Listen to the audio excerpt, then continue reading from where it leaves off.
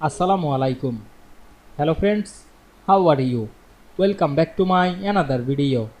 In this video, I am going to show you how to convert a shape to 3D in PowerPoint. Let's get started. At first, you have to open a PowerPoint presentation.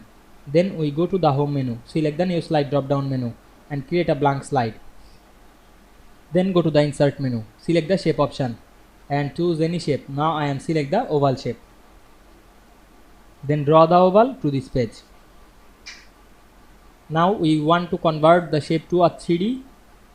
At first select the shape, then go to the shape format menu and choose the shape effect option and select the preset and add any preset. Go back again the shape effect and choose the 3D rotation. You can rotate the shape any side. Now we can see we make a shape 3D very easily.